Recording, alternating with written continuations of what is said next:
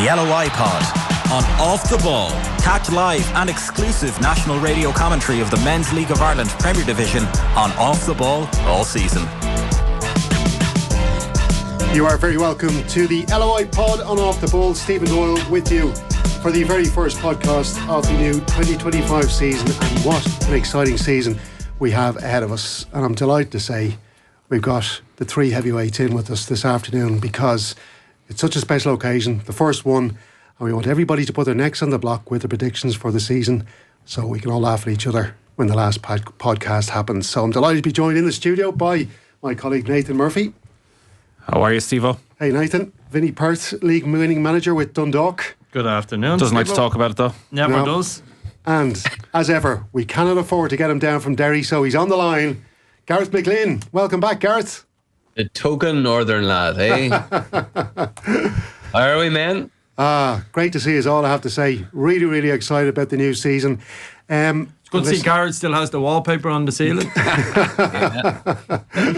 Any new books there, Gareth, you're trying to show off with this year now? I was hoping for a League One book, but we put that. We didn't produce that last year. I've one in my house, Gareth. Don't worry about it. Yeah. Tell us about finishing fourth in a 3-horse race. Well, listen, plenty more in Derry City to come. But look, the big news from our perspective, from Off the Ball's perspective, is that we are going to be bringing you live radio commentary from 30 League of Ireland games this season. Nathan Murphy, how on earth did you manage to crack this deal with the FAI?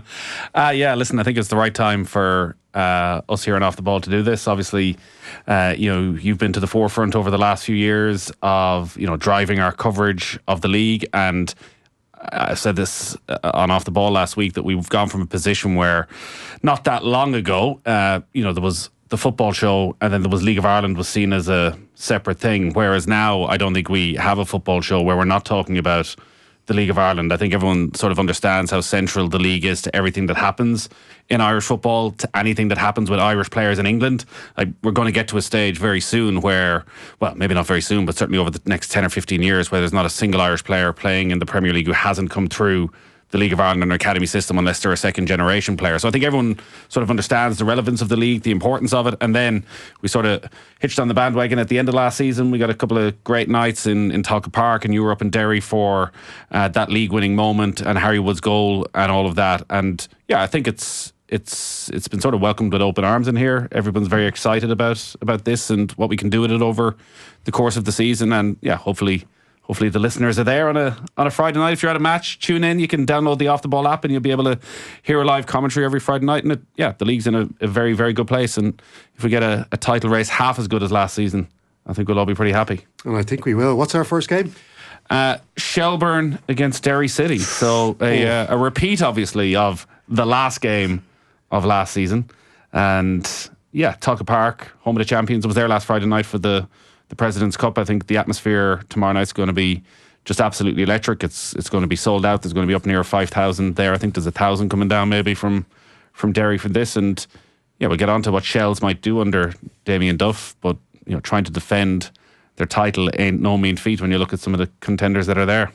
Can I jump in real quick and ask, almost like a League of Ireland fan, because obviously I'd be a little bit biased in the sense of I'll work for Virgin Media tomorrow on TV, and you've got the radio stuff. There was only room for one media whore on this show, and I thought Gareth had that one taken. He still does. He'll come back. But what drives it, Nathan, in terms of, I know the interest, and people will talk about the Damien Duff effect, but it has to be more than that. Like, what drives the interest from within here? Because it's so welcomed, and almost as I said, biased, and I'm nearly patting ourselves on the back because I accept I'm working here. But what I mean by that is, so many League of Ireland fans are so grateful for the TV coverage and now the radio coverage, or like you said, when you're listening to the football show, the League of Ireland comes up.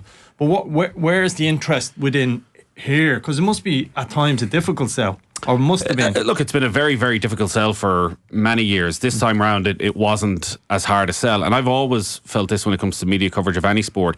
We can try and do our part, but the leagues themselves and the sports themselves have to get their house in order and have to create a product that makes it interesting for the media to cover. And listen, there were long periods where every time we would talk about the League of Ireland, it would be that problem child conversation. And yeah, you know, 5-6 times a year, people would dip in around the big games or the big storylines or a change in management, or if there was a European run happening. And, you know, generally it was a success story with Dundalk, say, pre-COVID, and that would be the peak of the interest.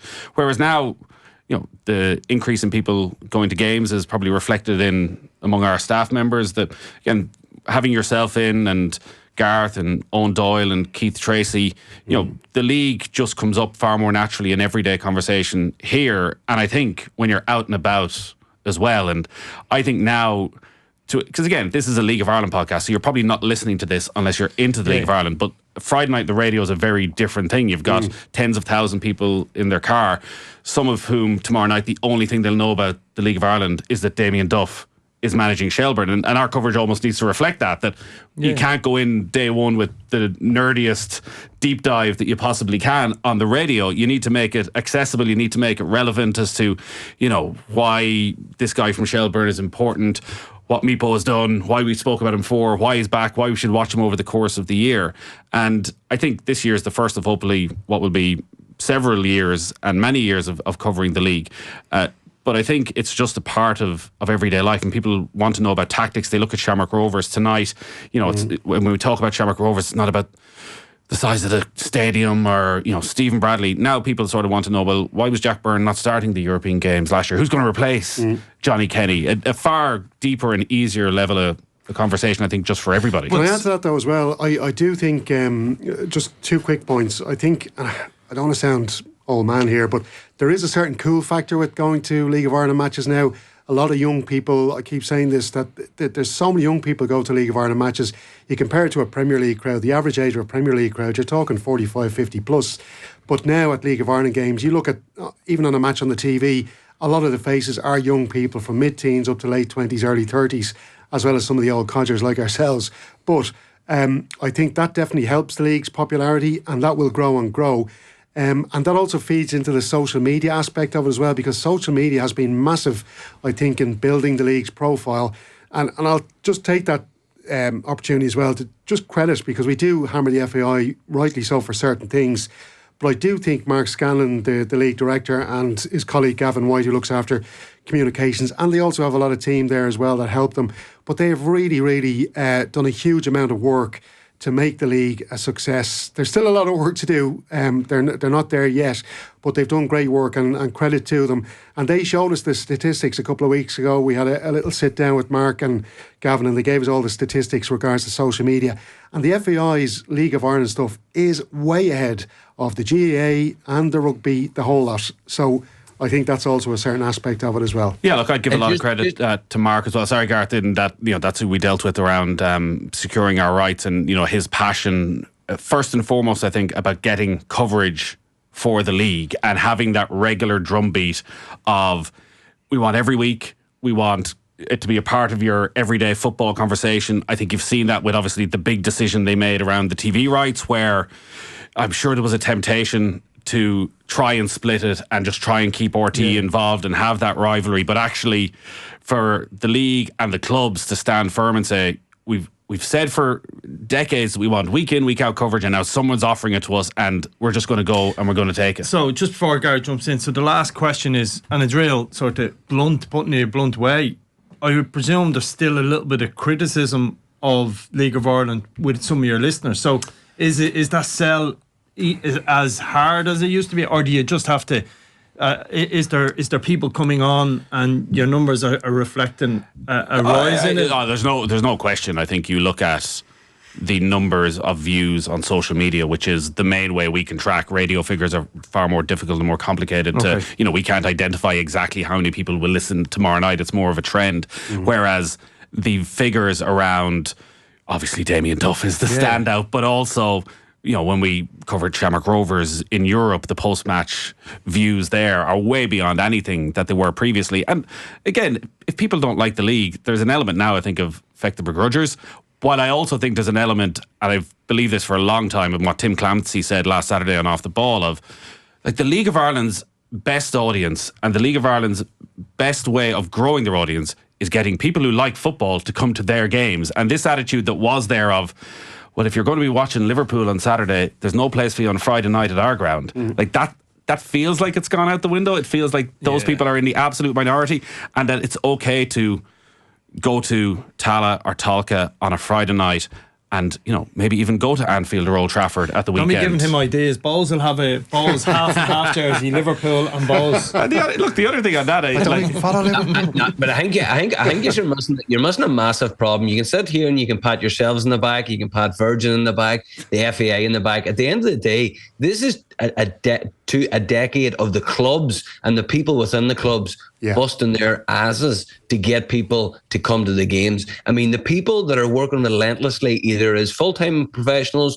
volunteers or part-time, they're the people that engage with the fans, go into the communities and get them to come to the games. That fundamentally is the people that are watching your social media, tuning into the TV. The clubs are responsible for this. The clubs are 70, 80% responsible for this. They have been working very hard, and I'm talking about all clubs, First Division clubs, League of Ireland clubs, Premier Division clubs. They're the people that are going out every day and working to get people into the grounds and to get people on social media liking and sharing their content and your content as well. So let's not forget about them. No, 100%, Gareth, totally agree. And I think just to make the last point, I think there's been a huge amount of heavy lifting done for a long time. You shouldn't mention any during.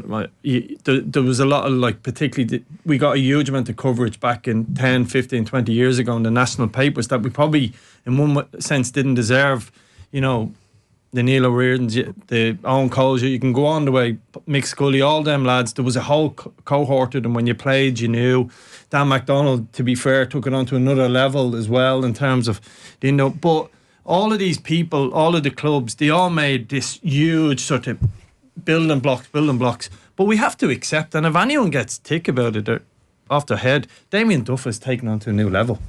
And his character and the passion he has for it, you have to accept that is absolutely box office, and it's brilliant for the league. It's helped the likes of what Rovers have done in Europe and the title race, but Duffer has dragged us onto a new level, and anyone has any problem with that, you need to cop onto yourself. It's huge what he's done. Absolutely. Well, listen, we do want fan engagement as well post-match, because we will continue as well with our X/Twitter Spaces LOI Late Night. Our colleague Cameron Hill will be hosting that throughout the season. It is a brilliant way for fans to get stuff off their chest, have a chat about the League of Ireland.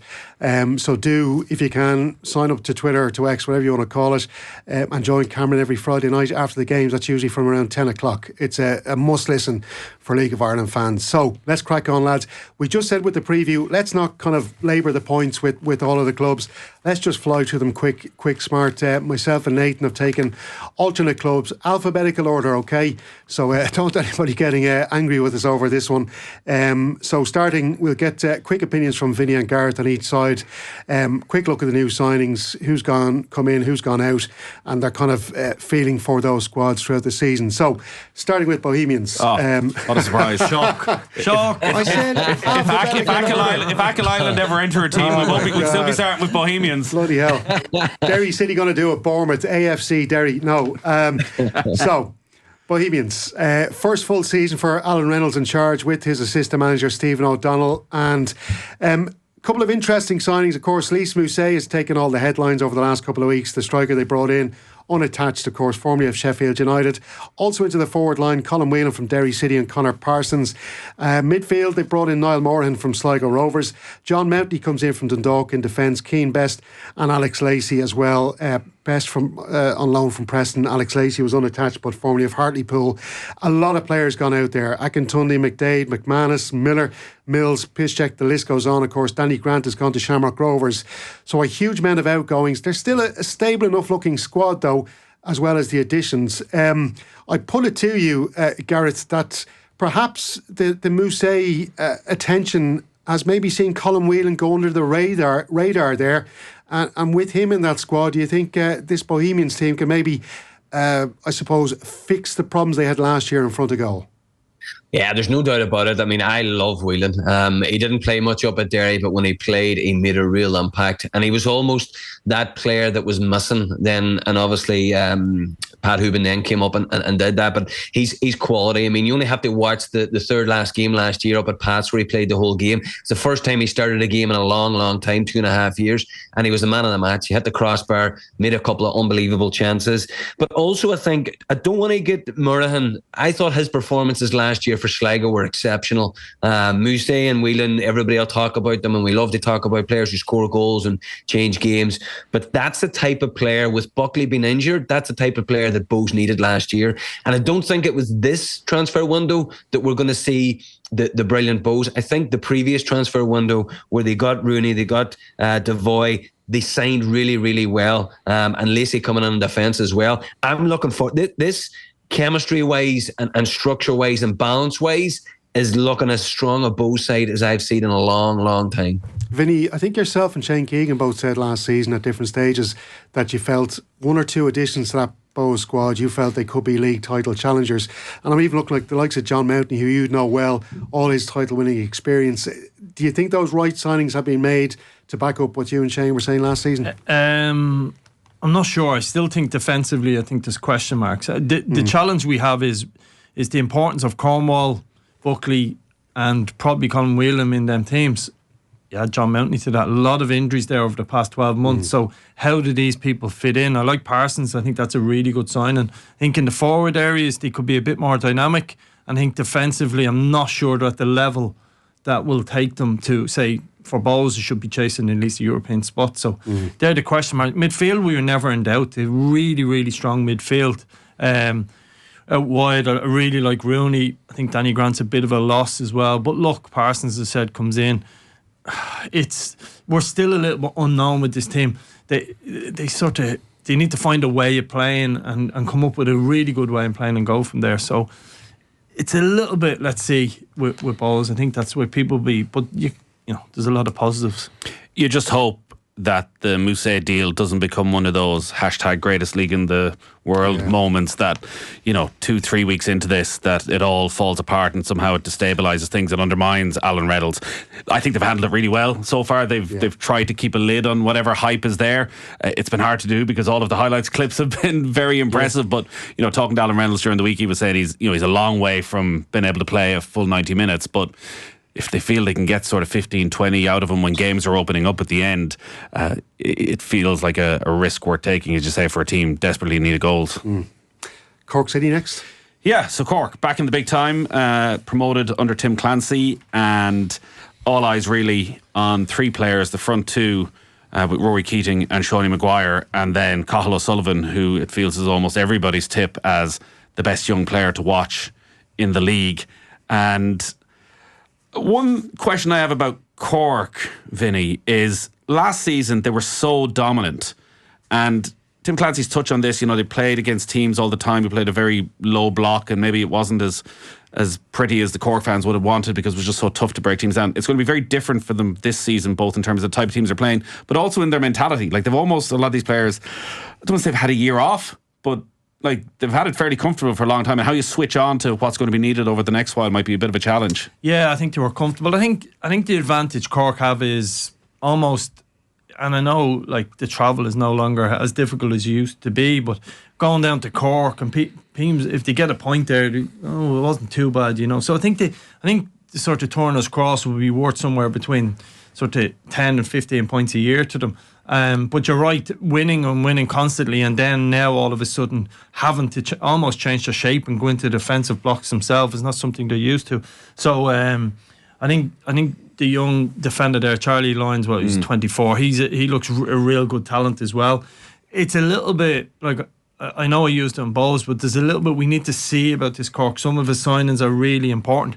If he can come up with a way, whether that's 3-5-2, to have the two up top playing together, that will cause any team problems in Keating and Shawnee Maguire. So that's the biggest challenge. You have a good bit of experience there as well, we know that, but it feels like I think if Cork don't finish bottom, that's a positive and that's a building block for him. Simple as that. Finish second from bottom, and the fans should be patient with him there. Tim, I think Tim is the right manager for the right club at the right time, and give him time to build something, because what he is very good at is developing young players. He's proved that, particularly at Drogheda. He's seen some of the players he brought in, had around Pats, went on to have great sort of couple of seasons for them. So Clancy needs a little bit of time down there, and you need to be patient with him. But they are in a very expecting crowd down there, and yeah, they'll want a bit more maybe. Gareth had a really interesting chat with Seanie Maguire before Christmas, where he was talking about his struggles over in England, and got to that horrible stage for a striker where he sort of didn't want the ball to come to him in the penalty area because he just didn't have any confidence in front of goal. But the way he spoke about coming home to Cork, as he said, and the love he feels around there, and the ambition he has to sort of break all the records and to go down as maybe, the club's greatest ever, or one of the club's greatest ever. It's really refreshing. Yeah, and I mean, it's a great story to let fans know how important they are when it comes to players performing week in, week out. The players aren't robots. They can't just come in and just continue scoring goals at different levels and at different times in their life. What's going on off the pitch affects them, and how the fans treat them affects them as well. And you always get that warmth. Even Evan McLaughlin was talking about it recently, the warmth that he feels from the support down there. I mean, it's just transformed him as well. And Maguire's going to be huge. I mean, you saw last year whenever they played Derry in the Cup, how good they were and how effective they were. Essentially, they were the better team, only for Sam Todd to get a header late on. So they're going to be difficult to beat at home. I think the physicality of the league is completely different to the first division. The pace, the physicality of it, that's when it's going to be really testing for them. And a good start is imperative. If they can get a couple of early ones, then that'll really, and again, it'll feed into what Seanie was saying, is the confidence of the fans, the confidence of the players, that daunting trips up to Dublin, even up to Derry, that all becomes a wee bit easier once you have a couple of wins under your belt. But support-wise, pitch-wise, the way they play, it's going to be exciting for them. I wonder, John Caulfield's first game in the season. Well, of all the teams, and we'll read, obviously, as we always do, so much into night one, but it feels of all the teams, night one is maybe most important to Cork, because not just the John Caulfield factor, but I think Galway are one of the teams they'd be looking at as, at home, we should be taking points off. Yeah. And it is one of the best venues in League of Ireland when it's full. Yeah. It is brilliant. It's toxic if you're going there, as in way, in one sense, but it is brilliant. I think that will be a really special occasion down there. Just briefly, Vinny, in case anybody hasn't seen him, I spoke to a good City man last night. He was like, if we keep Colin O'Sullivan for the full season, we'll be doing well. Why is there so much attention on this guy? I just think he belongs at a level above what he's seen last year. It was almost, to Nathan's point, a little bit too easy for him. I think now we're about to find out. I'm on the fence on him. I think he's a really good player, but is he like one of our top sort of 10 League of Ireland players? We're going to find out. And sometimes you get stars that come out of nowhere and do that, and I think he has all the attributes to do that. But you can't, I don't want to scare Cork City players off, but the leap from First Division to Premier Division is so big now. Yeah. It's like it's chalk and cheese. You're just delaying our next club and what we've all been waiting for, the party political broadcast on behalf of Derry City. Derry Pravda with Gareth McGlynn. Well, look, Derry City, a lot of players have moved on. The likes of Colin Whelan, we've mentioned already, Shane McElhenney, Kieran Cole, Daniel Kelly down to Shelbourne, of course, Will Patching's gone to Carlisle, Duncan Edahan, I was impressed with him last season, Ballymena United on loan. Patrick McElhenney has gone to Ballymena United, but he is going to be in Tiernan Lynch's backroom team. And also, well, looking at the new signings there, Gareth, you've got Arlo Doherty, the backup goalkeeper. Shane Ferguson seems to be a good signing there, Northern Ireland International. Then you've got some clever signings, I think, in midfield. Robbie Benson, Carl Winchester, Gavin White, Dom Thomas, formerly of Queen's Park. I'd say he left Queen's Park after what happened last week against Rangers in the Cup. And then you've got Liam Boyce signed up forward. So what are we going to see from Derry City this season, and how close could they get, or will they win the title? Yeah, there's been a lot of movement. There's a lot to get through, and I think that's the key. The upheaval has been massive. I mean, it's been documented. The chairman wanted Rory to stay. Rory thought it was the best time to leave. He's now got the man in that he wanted. He was the number one choice. They went after him aggressively. They got him. He's in. He's putting the structures in place that's needed, and the signings that he has put in place, tells me that he understands how much the Derry City fans need a bit of success and relatively quickly, because let me tell you, looking at all those signings, they're all immediate recruitment. There's no medium or long-term recruitment in any of that. And there's a big budget there as well. So exciting players. My heart says they're exciting. My head says there's a lot of old players there with injury history as well. The ones from me early on, we saw it last year, man. The importance of a good start in a league that's highly competitive is so important. We saw that last year with Shelbourne. So Derry City know that. Tiernan Lynch know that. He has to get off to a good start. So getting off to a good start means you need players that are fit, that have got a good pre-season, but especially Winchester and Thomas, you mentioned there from Queen's Park, they're in season. So these boys should be hitting the ground running. They should be a step ahead of the competition and the players that are already in there. You then look at Boyce. He's been out for a long time, only came back and played 3 games for Hearts. He was out for 18 months before that. A lot of history of injuries. White hasn't played football for a long time. He's not going to be up to speed yet. So there's just so much to discuss. The importance of keeping Marr and O'Reilly cannot be underestimated. Marr especially, we know how difficult it is to find a good goalkeeper. So keeping him and keeping O'Reilly were important. But Vinny, as a manager, can I just say as well, Vinny, Tiernan Lynch coming in, I know he did so well with Larne. He had a lot of backing there. He could sign some really top quality players, but he's coming into a league now. He's going to be challenging other squads that have some of the best players in the league. I'm not comparing Ange Postecoglou going from Celtic to Spurs, but on a much, much lower level. And the gap is tighter, obviously, between the SSE Electricity Premier Division and the NIFL Premiership. Yeah, I know Tiernan through different bits and pieces, and we would have shared some information at different stages. What I will say is, in fairness to him, he was part of building Larne from nothing. It wasn't he didn't just go and outspend everybody, and ended up ultimately Larne qualified for a group stage, like the first team from Northern Ireland to do it, won the group stages in the conference. So done a really good job there. Look, Gareth is, I suppose, touched on it. The elephant in the room here is when you look at Derry. One of the reasons Derry never won the league last year is there wasn't enough pace in the team. They were predictable, they were slow. A lot of injuries. You've just signed more the same and a little bit slower. So it's hard to see. The thing about Derry is with these, like when you think of Boyce and Thomas and Robbie Benson, when they're really good, Derry could beat anybody on the day. But it doesn't look like a team that's ready for the cut and thrust of a full season in League of Ireland. That would be my concern. I hope I'm wrong. There's a lot to love about Derry. In terms of particularly their travelling fans are brilliant, but it looks like you'd have to be a little bit concerned about their another thing I didn't touch on is centre half. And I know around the league, even Shelbourne have struggled to get good centre halves in the door over the off season. They're going into a campaign on Friday night with Conley and I know Can's up training. He hasn't signed yet, but Conley and Todd as your centre half partnership. I mean, you look at the other teams, whether it be Pats, whether it be Rovers, they've got 4 or 5 key centre halves that could play. Don't get me wrong, Conley and Todd are great players, but again, they've had injury problems. And what happens if they do get injured? And what's the holding situation, Gareth? Sorry. Well, I think it's pretty obvious that he's looking away. Obviously, Derry Mullen hurt himself. So Danny Mullen, who's the other striker, he hurt himself in pre-season. He was in a boot. I don't know how bad the ankle ligaments are hurt, but I think that has kind of gone, ooh, we were willing to let you go, but now I'm not too sure if we can afford to. Because Boyce, everybody thinks Boyce is a number 9. He's not. Boyce plays most of his career in the 10. He gets a lot of assists and a lot of goals from that area, but he's not a traditional Gaffney, Hoban number 9.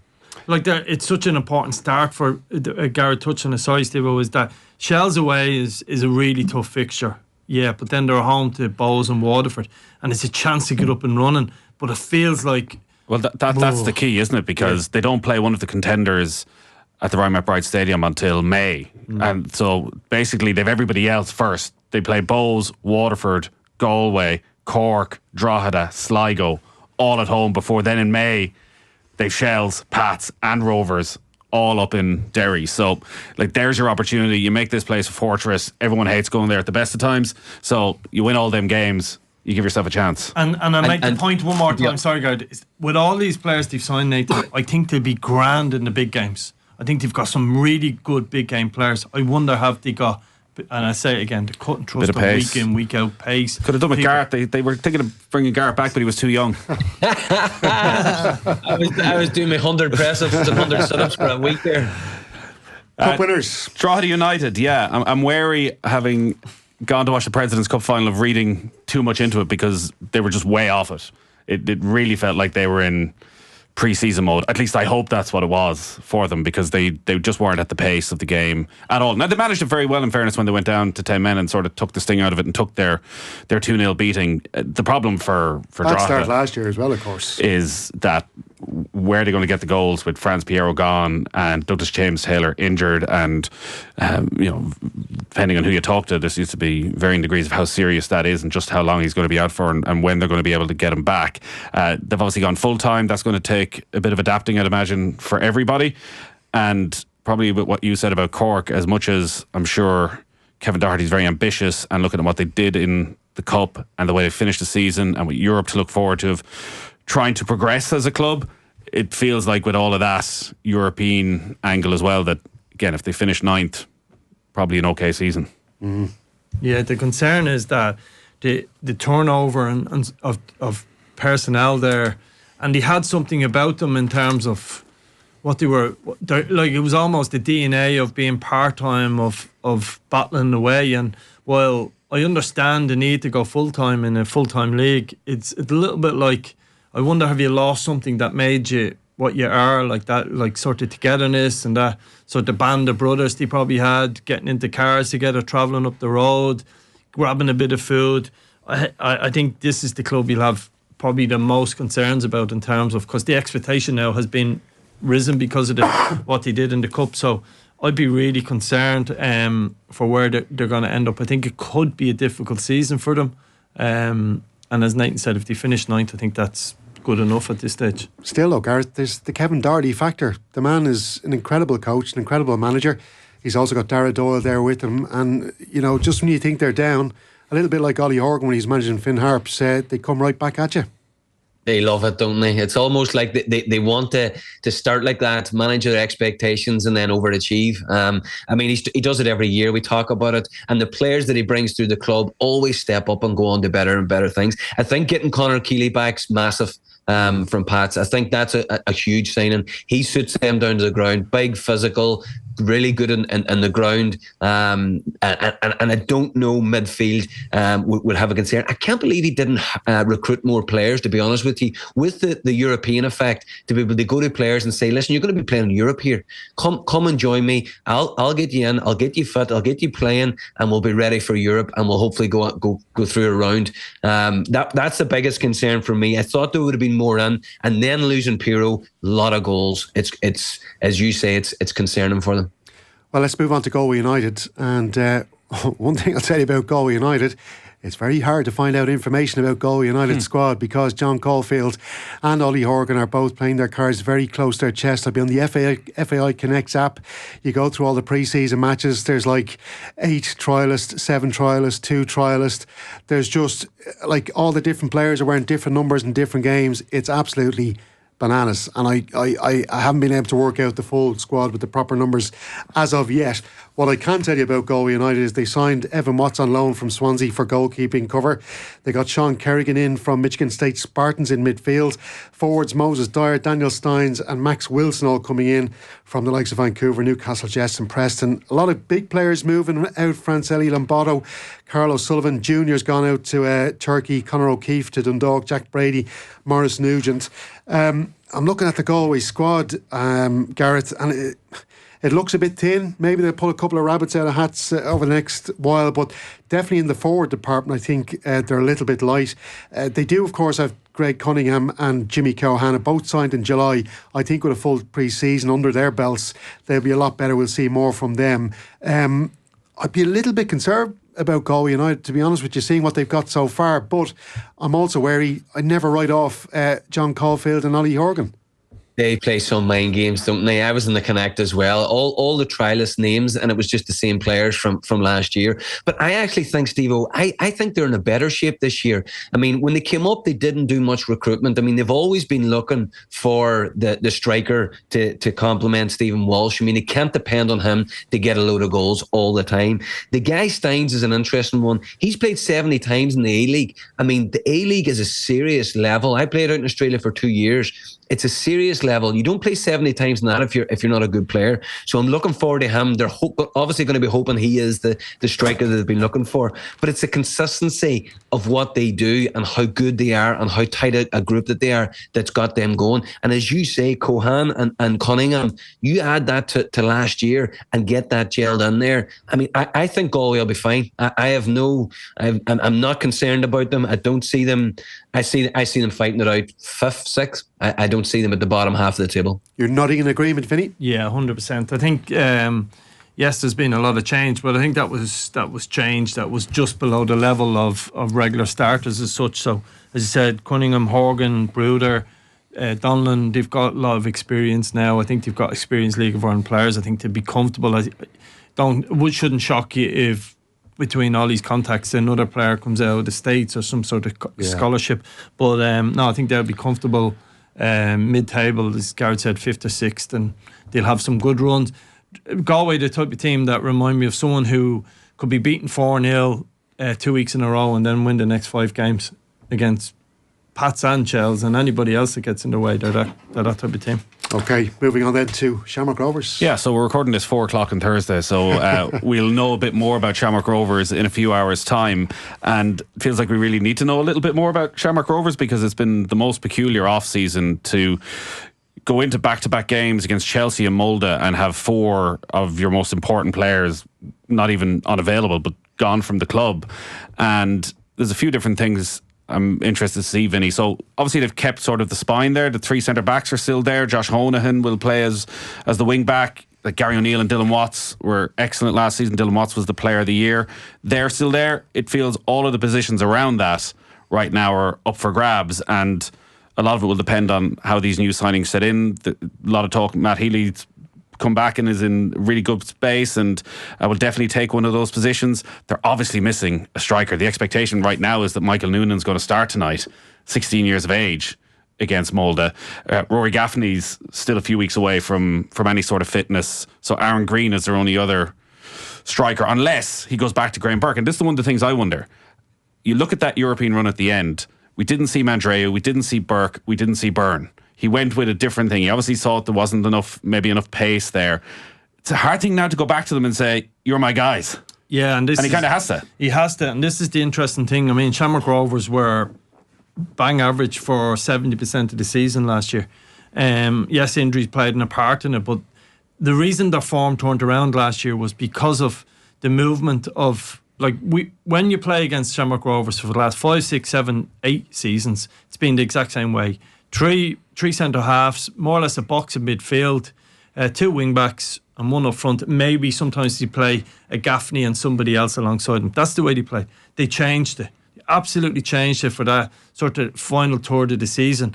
And some of the best performances were as a result of Neil Ferrugia playing close beside Johnny Kenny. Johnny Kenny's movement in behind, his pace, Ferrugia running from deep, and even Dara Burns, that directness out wide.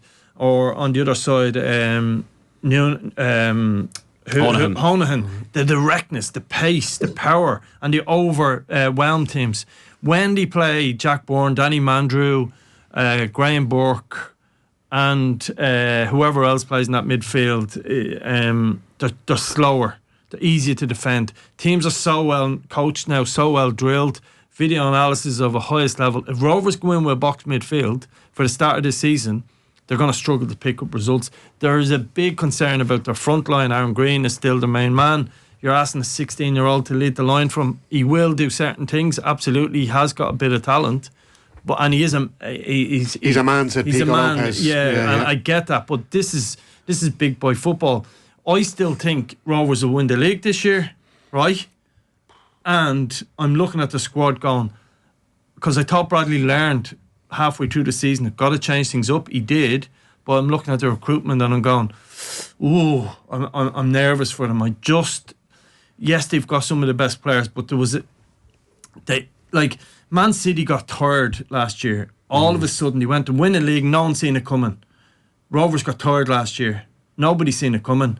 Manager changed it. He changed it with the 4 players I spoke about. Dylan Watts was key to that as well, but he's still there. But Dylan Watts was able to exploit the space because Kenny was pinning people back, running off shoulders. Ferrugia was running. And the more you chase them, creates little holes in front of people, and Dylan Watts exploited it. Rovers are a big concern in terms of the recruitment, absolutely. But everything they have in place makes them favourites for me still, but I'm really concerned for them. Well, I think one of the teams that will be expected to challenge Rovers, if they are going to be up there, will be St Patrick's Athletic. In fact, I think most people have Pats down as their favourites to win the league. I definitely feel they're going to win the league this season. You think of Stephen Kenny's reputation, the squad that he's assembled there. There wasn't too many incomings, a lot of outgoings from Pats, but if you look, he's brought in Sean Hoare, a lot of league winning experience there. Simon Power bringing that pace in from Sligo Rovers. Rommel Palmer, as we know, he was there last season but signed on a permanent there. He's got a great little bit of trickery in his bag. Barry Bagley coming in from Fleetwood Town, then Conor Carty helping to bolster their forward options. Gareth, we know what St Pat's are like under Stephen Kenny. They've had a full pre-season now. Can you see them winning the league title this season, or can anybody else stop them? It's going to be tight. They're going to be up there. There's no question. If you finish above Pats, I think you'll win the league. If you see that squad now, and if you look at it, Stephen Kenny is doing what he does at all and has done at all the League of Ireland clubs. He has caused immense internal competition, and he's got pace and power. Look at Hoare there and Power. Pace at the back, pace up front, and the competition. You could pick any of those players to play week in, week out next season, and they would perform at the highest level. There's no one there will not think that they don't deserve to be in that starting 11. You've got even the centre halves. They've got an unbelievable foundation at the back to be able to go right. No matter who's injured or who's suspended, everybody can just step on there and play, and they've got that all over the pitch. It's amazing. Obviously, Keena, Melia, we all know about now. But actually, Gareth, just on Melia, because we do know obviously he's signed for Spurs now. He's gone at the end of the season. Is there a concern there that there's going to be a huge amount of media attention around him for the rest of the season? It's going to be massive. Everybody's going to be watching him. Spurs will be watching him. I'm sure Spurs fans will be watching him. How are they going to cope with that, and how's the player himself going to cope with that? I'm sure Stephen Kenny will be, putting safeguards in there to make sure that he's not affected by it all, but it's surely going to have some impact on the squad. It won't. And I tell you what, it will not have any impact on Stephen Kenny, whether he picks him or not. Trust me. He will just pick him if he's playing well enough, and he will protect him when he needs protected, and he will play him as well. But if he is not doing his job on the pitch or in the training ground, then he won't play. The deal is done. The money's in the bank. He will just pick him on his training, his aptitude, his application and training. So don't think that Melia now, because he's a €1 million player going from Ireland, that he's going to automatically play. Yes, there'll be a lot of attention and people ask him a lot of questions, and he'll be an unbelievable asset. And I don't know the young fella, but watching him playing, I don't think he's going to take his eye off the ball. I think you're going to get the same player that you did last year, only with a wee bit more confidence after the move. And he has to prove himself as well. And I don't think the pressure of that, the price will get to him. He will just go out and play his game. He's got almost that free spirit, that aggression in his play, and he's very brave. I mean, I saw him scoring the winning penalty up in the Brandywell when he was only 15. He just stepped up and stroked it straight into the corner. I have no qualms on him this year. Vinny, yeah. Yeah, I think when you look at Zach Abazetti and on the other side Jake Mulroney, you look at that's so exciting. It's the best two wingers in the country. Pats is an interesting one. The only thing I'll say is the start of the season, they've dropped a Galway Sligo. Pats win them first 3 games. Watch out. Even though they're very 3 winnable games, it means the momentum, the way they build, the way the manager will be speaking about stuff. The challenge last year, the back end of the season, they were exceptional. They won all them games, but was freewheeling down the hill, no pressure. If you're drawn with draw at half time, is there a bit of panic? That's my only little concern about Pats. Is it was easy for them back end of last season. This is different now. Dropping 2 points, say, to a home to Drogheda is a bad result, where last year there wasn't that same pressure on. So that's the challenge. But the squad wise, Barry Bagley, we haven't mentioned, is a really, really tidy footballer. Northern Ireland under 21 international. He's come in from Waterford. Really like him. I think they have to strengthen that midfield, have a couple of different options, but they've options everywhere. Sean Howard scored between 5 and 10 goals easily, if not more, this season on that pitch. It's not a small pitch. We get the impression that he's a salmon in the air. He'll score a lot of headed goals. Set piece athletic is what they used to be calling under Pat Doyle. Watch this space. Sean will score a lot of goals. Into the West, Nathan. Yeah, Sligo. I spoke to John Russell last week at the league launch, and listen, he's a very even-tempered guy anyways, but yeah, I just thought it was an interesting chat in terms of, he spoke a lot about fan-owned club and sort of expectations and what, the league has changed completely. It's so much more difficult for Sligo and Bowes now when you're up against that outside investment, and we've seen that this year where they've lost Ed McGinty, Simon Power, Niall Moorhan, their captain, Ellis Chapman, who was one of the best midfielders in the league last year. Now, they kept Conor Malley, who, by all accounts, was the most sought-after player in the league over the course of the winter. With Shells were big in from, Shamrock Rovers were in from, so managing to keep him was huge. But I just sort of feel that, you can be realistic about expectations, and, they're when they're good, they're really good. But when they're bad last season, I think they're the biggest win and the biggest defeat last season in the league. I just wonder how this season will play out for Russell and sort of the patience of the Sligo Rovers supporters. When is it realistic for them to? What is realistic? Not to contend for the title, to challenge for Europe. I think what you'd like to see if you're a fan of any club is progression. And if you're not seeing that, then what's the excuse for no progression? Is it because you're not investing? Is it because there's no money? Or is it because the manager's not taking your team or whatever onto the next level?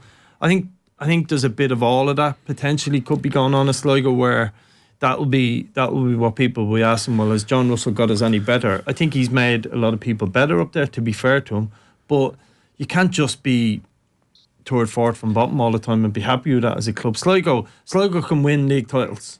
Absolutely can win league titles. Really? To get everything. They're not going to win it this year, absolutely not. But they can get people there. They have a structure in place. They've got a decent academy, young players coming through. It was only 10, 12 years ago they were winning league titles, and not everyone does it. It's not easy. They can get back to that. They need a bit more belief in themselves. I think for Sligo, a bit like Bohemians, is that the main aim for them at the moment is get the infrastructure sorted first. Yeah, no, I get that, but how long does that go on for? Well, this is the thing. And does football suffer as a result they need of the it? gate receipts, don't they? That's Well, I think one of the things that, and it goes for Drogheda as well, that, there'll be managerial changes during the season, and I expect that both John Russell and Kevin Doherty will be in demand if one of those top teams start slowly and decide to make a change, because Sligo play, when they're at their best, play a really, really good brand of football that I think a lot of owners would like. I think Simon Power is such a big loss to them. Last year, him and Will Fitzgerald's ability to dribble with the ball and Simon Power's pace, the two of them out wide were huge for them. When they were good, they were very good. So that's the biggest concern on Sligo. Gareth is normally down on Sligo, so expect a little bit of... because we're short in time, we'll move on to Shelbourne, because Shelbourne, look, Gareth, I suppose the thing with a team of champions and great champions they were last season, the main thing for the manager and his coaching staff is you got to trim a bit off, add more quality to your side, and to be that bit better for the following season, because you have got the target on your back. Ryan O'Kane, Dan Kelly, Ellis Chapman and Kerr McInroy come into midfield. Mipo Odebeko up front. An absolutely incredible signing. We saw how good he is in the President's Cup. So their midfield, their forwards look absolutely brilliant. Any concerns at the back for Shelbourne? Is that a bit of a weak point for them? Yeah, I mean, I spoke all whole last year about Barrett and how good he was. I mean, he was immense. He was I can't believe he didn't get Player of the Year. But there you are. And he is going to be so important. So God forbid if anything happens to him. But I mean, Derry are having the same problems, and another couple of clubs as well. Trying to find centre halves that can run, that are quick, is very, very difficult in the modern era. I don't know what it is, whether they're not producing them, the factories closed down. It's funny how it's flipped, because I think with 18 months, 2 years ago, it was you couldn't find any strikers, and now this year the league is full of brilliant strikers. Yeah. Yeah, it's madness. I mean, Derry have been looking now for 4 or 5 years for centre halves, but I think Shelbourne, that would be the only concern. But I mean, I say a concern. I'm not worried about Shelbourne, and in the same regard, I'm not worried about Galway. The consistency and the standards that are demanded from the manager and the staff, it's going to be no problem. And obviously, Bert's a big loss. I don't think people realise that losing him, he was very effective. Purely because of the way they played. I really liked them, the way they played. That 4-3-3, when they did it, they gave them the platform to just basically roam and go and play almost inside the fullback and attack from there. So it'll be interesting to see how the new players come on. Obviously, Chapman's a big player. He'll need to score goals from midfield. Scoring goals from midfield is another dying trade, and he will be responsible for that. Absolutely. I do think Shelbourne. Yeah, Vinny, you were going to say something there, were you? Just real quick, the challenge Damien Duff has is he's got the players he's got in has to improve his team. You can't stand still, and there's two sides to that. That doesn't mean they have to. You have to perceive them as being better than your current squad players. But what you do is you freshen up your squad, and then 2 or 3 people get better in your current squad because of the challenge and the competition. And he's done that. It looks on paper he's done that very clever. I think a great example of that, going back to my time, my experiences, Dean Jarvis, left back, came into Dundalk, and Cameron Dunman, right back, came into Dundalk. They put pressure on Gannon and Massey. Gannon and Massey went up another level. And he's got to do that with his squad, and you can't stand still. You've got to push people. I think he's done that. I think he's done it very well. I think he's also going to change a little bit of shape. What I liked the other day is, okay, Drogheda played with a back three, but Gannon looked as good as he's looked in a long, long time at right back, and McEnroy looks Mark Coyle on, if you could say this, Mark Coyle on steroids. He looks so much almost better than him. That's how just about, isn't it? Well, I like Owen Doyle. Was it Owen Doyle who said it was like Thomas Gravison and Lee Carsley in the middle of midfield on Friday night? Like, there's never been, I don't think, it champions as hard to figure out, in that, you talk about pass and freewheeling, and you sort of look at those big championship games at the end of the season, and you could argue that, like, Shelbourne didn't deal with them well. They went in that run of 1 win in 10 games and sort of fought it out of the fire right at the end with the 3 wins at the victory at the end to take the league. The key thing that stands out for me is, you look at last year, they only won 3 of their games all season by more than a single goal. So no game by more than 2 goals. So it was all very tight, all very stressful. And if you look, they picked up points in 29 games, so 17 wins, 12 draws. That means in 26 games, a single goal would have changed the result one way or another. And I don't know if it's relevant, but I always remember chatting to Johnny Walters when we were doing a commentary once, and Burnley had their brilliant season the year before, and they'd had a massive dip. And I said, what's changed? Like, what's the big fall off? What's going on? I was like, if you look at our results last year, almost every single game we won was by a single goal. And if you look at all our results this year, every single game we lose is by like, the margins are and I think what Shells have done has been really smart, because they need more goals. They've bought really good attackers, because they can't be as reliant on winning as many tight games and gaining as many points in tight matches. But you'd have to say, signing Adebeko and Chapman, it feels like that should be enough. But then that is the concern, right? Because, and this is really interesting, and people might like this. Shells generally played with a 4 straight, 3 across midfield and 3 up front, and you broke the front line. The right side of midfielder went out to the right hand side, and they all shifted over. Very disciplined, structured, really, really fit, and a sort of designate way of playing. When you bring Chapman in and Meepo in, all of a sudden now you've got people with a little bit of flair, and it's harder to coach them in direct, straight lines.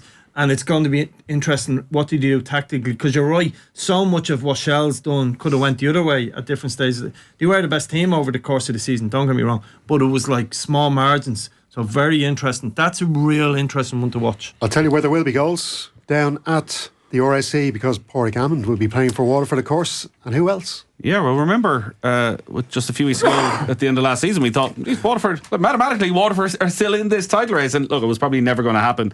And to see what Padraig Hammond has done to come back at 36 and score the amount of goals that he scored, and to have the passion and the interest has been brilliant. It was interesting at the launch. It was said to Stephen Kenny, I don't want to say he's the grandfather of the league, but certainly the father of the league, because every single player who was a captain or representing their club seemed to have played for Kenny at some stage. And like Andy Boyle has gone down to Waterford now, so they're obviously adding experience in there as well. Again, I don't know what to fully expect from Waterford, because last season they were so good themselves, and Galway had such a good way of grinding out a result. Like you talk about the coaching, Vinny, all the time. It's so good in the league. Do teams figure them out a little bit this season? Yeah, I think that's the challenge for Waterford. The advantage is there's a turnover in players in Waterford, and they've got great contacts through the Fleetwood connection, so that's interest. Padraig Hammond, again, you look at the strength and depth of so many centre forwards in the league. That'd be interesting. Tommy Lonergan going down as well. That'd be interesting if he gets anyway sort of back to his fitness. It's a little bit like Andy Boyle, I think, will be suited to that pitch. Very a good organiser, good talker. He'll be a big signer for them, but it's one of them where I think because of the manager, they'll be a bit like Galway. They'll have some bad nights, but they'll win enough to be probably mid-table and comfortably. Lads, we are short on time. So look, let's have quick fire predictions. Your top three. Let's not do the relegation stuff. We can talk about that throughout the year. So I'm going to start it off. Top three for the end of the season. St. Patrick's Athletic first. Shell second. Bohemians third. Oh my God! Can you believe this, Gareth? Are you sniggering? I can't hear you sniggering over your. No, I just coughed there. Steve was right. My God. Okay. There's no way Bulls will finish the season ahead of Rovers. Top three, Gareth. Top three: Pats, Rovers, Shells. Okay. Vinny. Top three: Rovers, Shells, Pats. Shells, Pats. Nathan. Oh, I feel if Rovers sign a striker, I think they'll win the league. But right now, with that caveat very much included in this prediction, I will put your feet up there, lads.